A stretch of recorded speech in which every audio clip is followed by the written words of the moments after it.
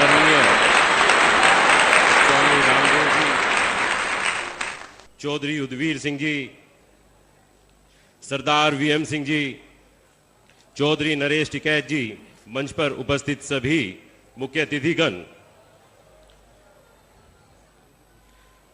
बाबा रामदेव जी, हम राष्ट्रीय मजदूर किसान संगठन की ओर से सरदार वीएम सिंह जी के साथ आपका मंच साझा करने के लिए नहीं आए, आपकी आवाज में अपनी आवाज भी मिलाने के लिए आए हैं।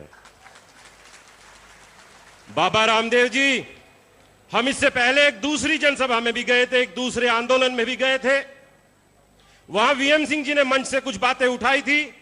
उन्होंने कहा था आपका एजेंडा बहुत बड़ा है, आप इस एजेंडे को छोटा करें, इसमें किसान को भी शामिल करें। किसान की सोच बहुत छोटी है, उसकी सोच अपनी रोटी तक है।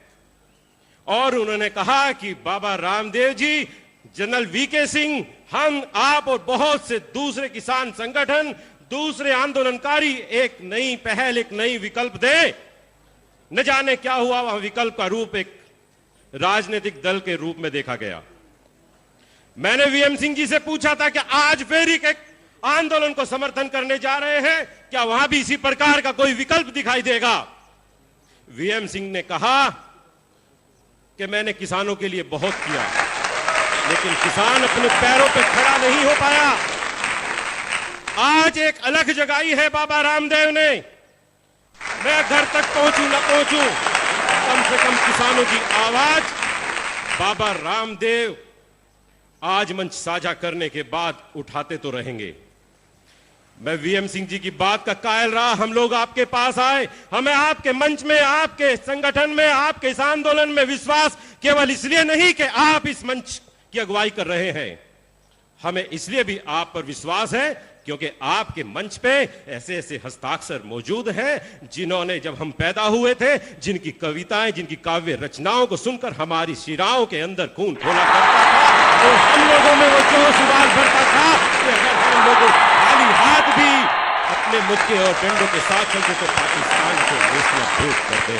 ऐसे हस्ताक्षर आपके पास हरिओम पवार जी जैसे हैं, हम आपके साथ हैं। बाबा रामदेव जी, आपने किसानों के लिए बहुत कुछ किया, आपने इस देश में अलग जगाने के लिए बहुत कुछ किया।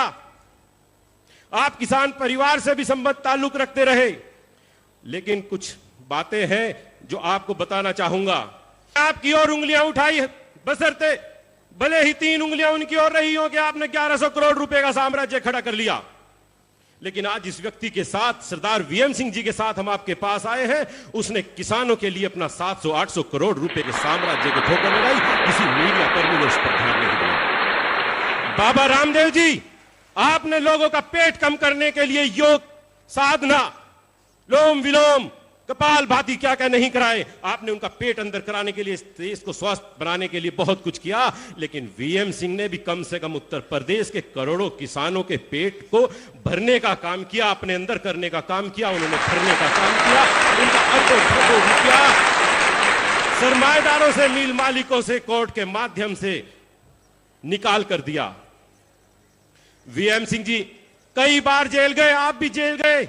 वीएम सिंह जी के साथ अगर आज हम आप लोगों के पास आए हैं तो इस आशा के, इस उद्देश्य के साथ आए हैं कि हम वही किसान हैं।